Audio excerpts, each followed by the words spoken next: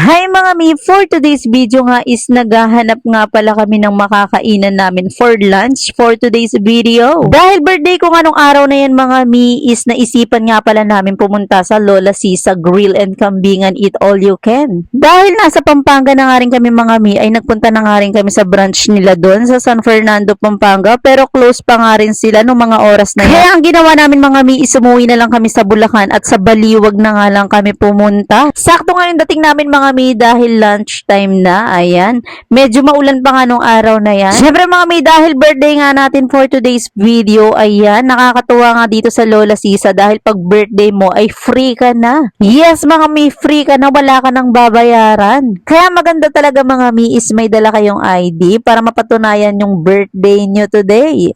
Anyway mga mi, ang ganda nga ng setup nila dyan at ang sasarap ng kanilang mga food. Siguradong masarap talaga to mga mi dahil lutong bahay eat all you can to. Ayan, ang rate nga pala nila for lunch and dinner for weekdays is 348 pesos. Yes mga mi, and then weekends and holidays rate naman is 388 pesos. Syempre mga mi, tulad nga ng sabi ko, meron nga pala silang birthday promo, celebrants eat for free. Yes mga mi, tama kayo ng dinig, for free.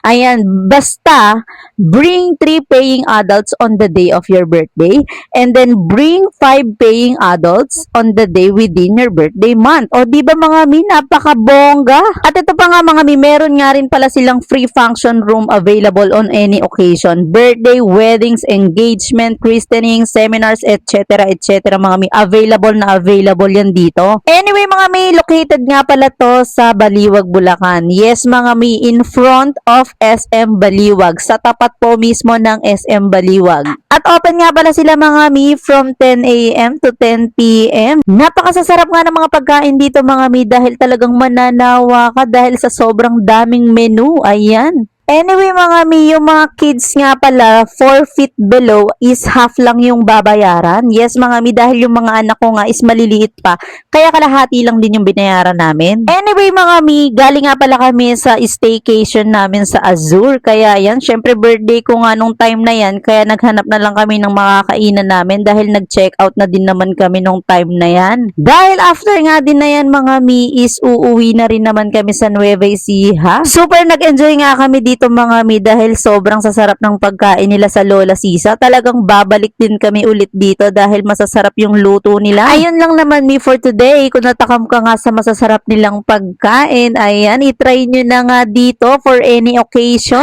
Ayun lang guys. Thank you for watching. God bless.